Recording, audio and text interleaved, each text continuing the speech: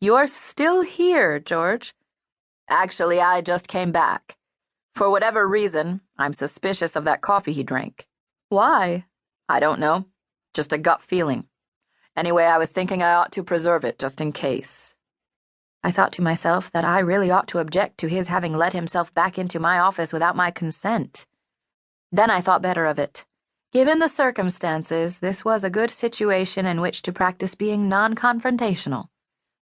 Suit yourself, George. Do you have any plastic bags around, Professor? Sure. I have a small box of them in my desk drawer. I walked around the desk, fished one out, and handed it to him. Thanks. As a precaution, I'm going to bag his cup.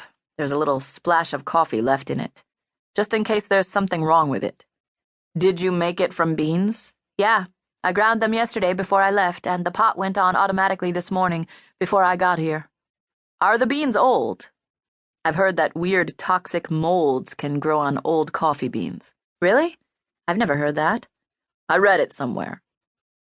George, do you really think it could have been the coffee? I've never heard of anyone getting sick from coffee. I read a lot of online coffee blogs, and no one's ever even mentioned it. Not even the people most obsessed with quality. Yeah, well, but are the beans old, Professor? I was beginning to think that George Skillings was some kind of nutcase, but I decided to answer his question anyway. I don't think they're old. I just got them a couple of days ago from Coffee Chaos down in Manhattan Beach. This is the first coffee I've made from them. I brought the bag from home yesterday.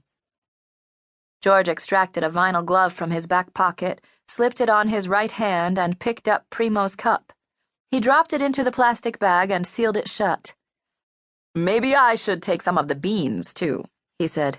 Help yourself. The bag is on the bookshelf over there. Got another plastic bag? Sure. I got it out and handed it to him. He walked over to the shelf, opened the beans, which were still in their Coffee Chaos bag, and poured some into the second plastic bag. What about sugar? He asked. I pointed him to the drawer where I kept it, handed him another plastic bag, and watched while he took a sample of the sugar. Professor, did you drink any yourself? No. I got that call just as I was about to pour myself a cup.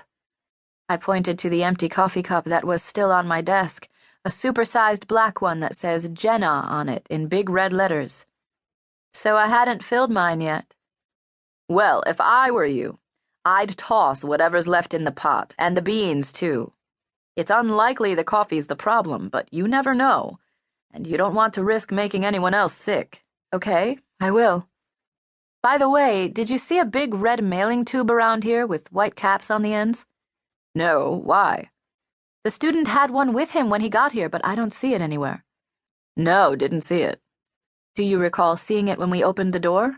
No, but I wasn't really focused on looking around the office. Me neither.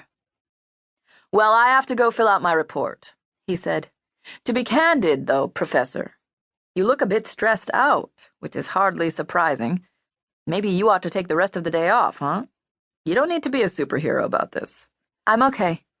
And I've got work I've got to get done, but thank you for your concern. Be sure to toss that coffee, he said as he left. After he was gone, I took the carafe out of its holder beneath the drip spout and sniffed it. It did smell a bit strange. It even seemed to make me a bit nauseated, but then it was probably more from the situation than from the coffee. Looking at the coffee made me realize I had an intense need for still more. I left the office, locked the door, and went over to Laval Commons, the casual coffee and food place that sits between the law school and the public policy school. I drank down 2 big cups. When I finished the second cup and set it down on the table, I noticed my hands were shaking slightly. Initially, I couldn't figure out why.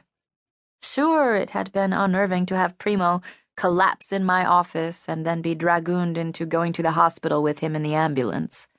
That was over, though, and he was going to be all right. In the end, I just passed it off as what happens to your body when an intense adrenaline rush fades. Like what used to happen to me on the track team in high school right after I won a close race.